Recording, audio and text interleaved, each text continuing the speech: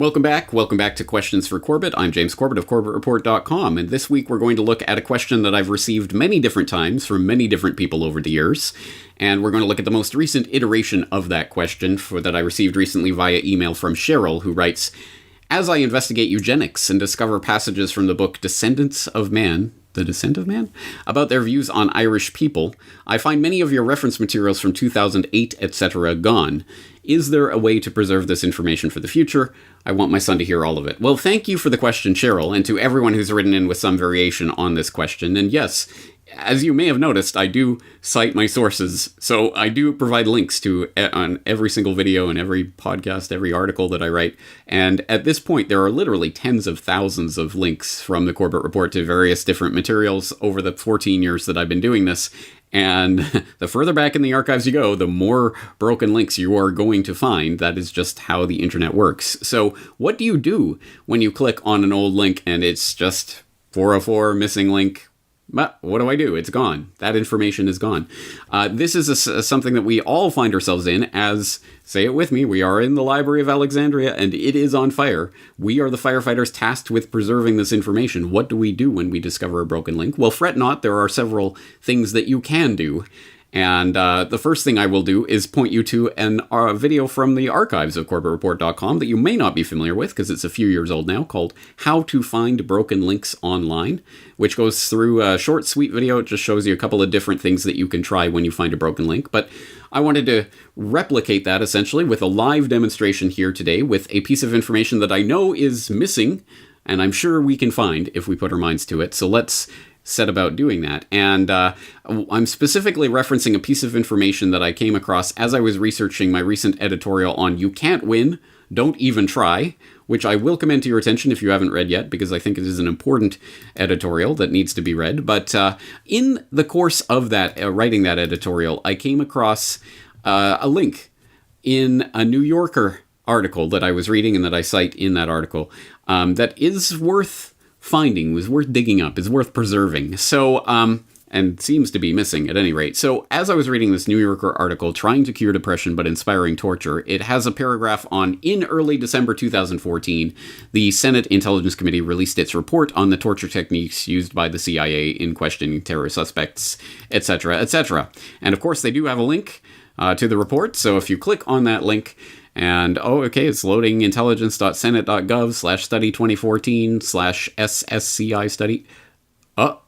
Well, here we are on the Senate Select Committee on Intelligence homepage, and it's got reports, but not the report we're looking for, obviously.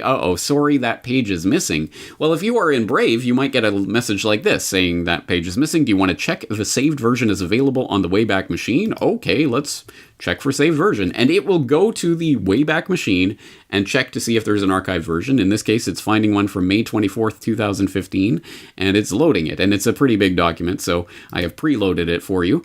Here it is. And yep, here is the Senate torture report.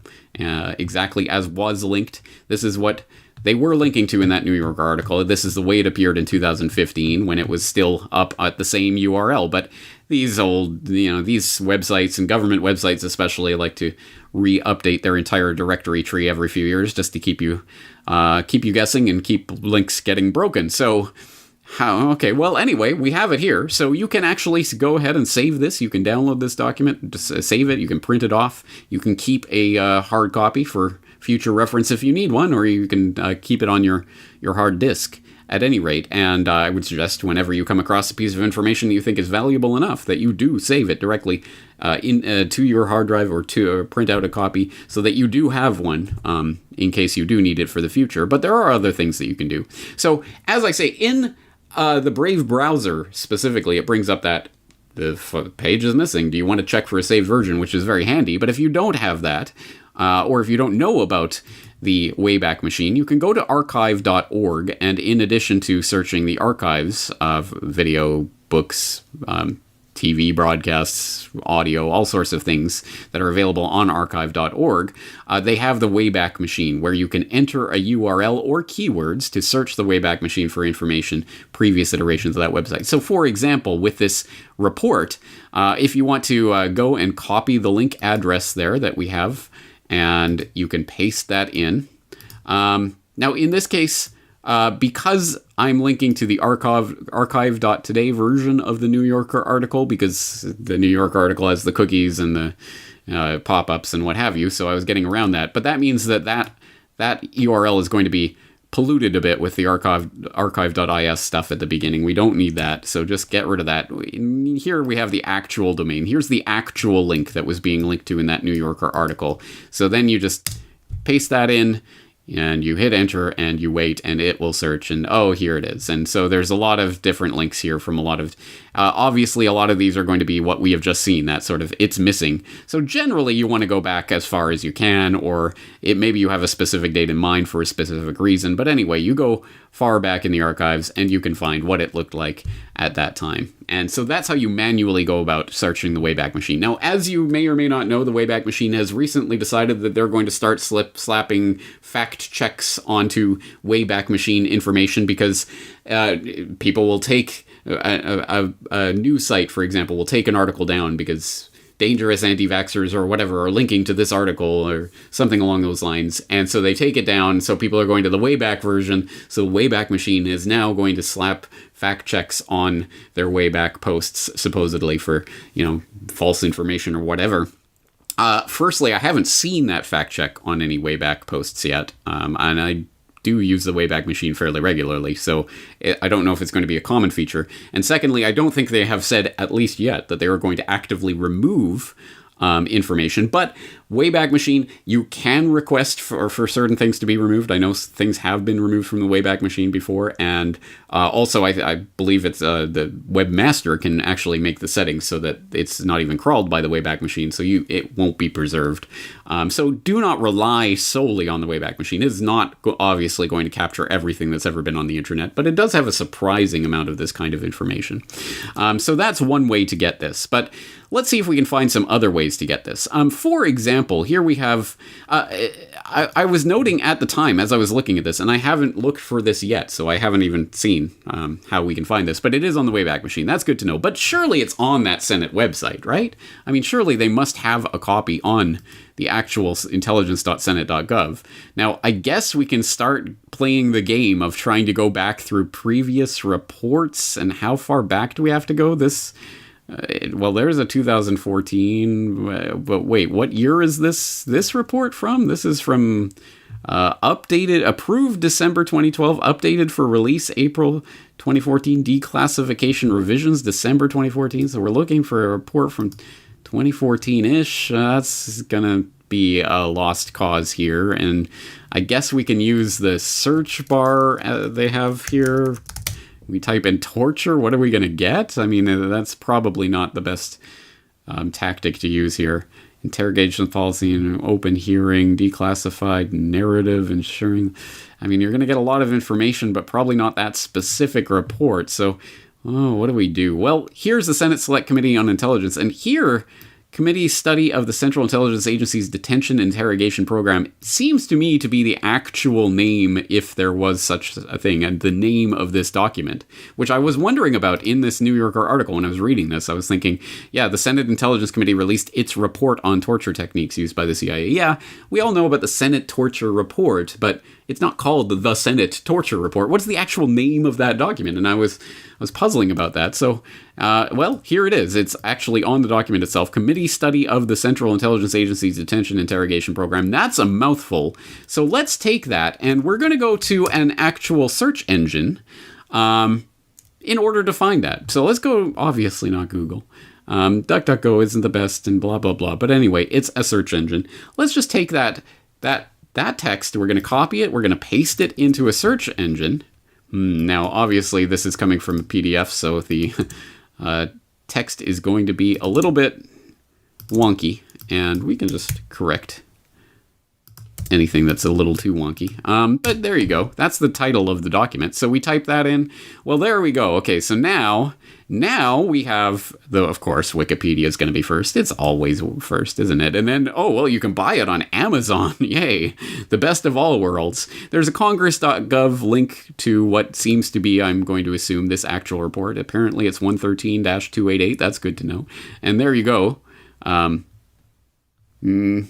Not available in TIFF format. Oh, great. Well, yeah, of course. Okay, you can get the PDF from this link, presumably. So yeah, there it goes, and it starts loading up. Okay, well, there you go. That's one way that you can find it. It's also, the document itself is on archive.org, which is particularly handy, and so there you go. Is this the entire report? Yeah, it seems to be the same as that PDF we were looking at. Yeah, it's just the PDF, and it's on archive. So presumably, like a lot of archive things, it's going to be in a number of different formats: EPUB, full text, Kindle, PDF. So there you go. You can access that. You can access it through this link. Again, it's still loading because it's very slow. So archive.org wins that race. And blah, blah, blah. Again, you can find it in many different ways. If you have the actual title, just paste the title into a search engine. This is not rocket science. Now, sometimes, depending on what you are looking at, that may not work. Maybe you can't find that particular title. Something that I've found that's generally pretty useful is just taking a block of text that's fairly unique. This action marked the culmination of a monumental effort is a pretty unique sentence. Copy that, and let's put that into the browser here, or into this search engine here. But instead, let's actually use Boolean operators. Ooh, that's a fancy term for punctuation, essentially, for your search.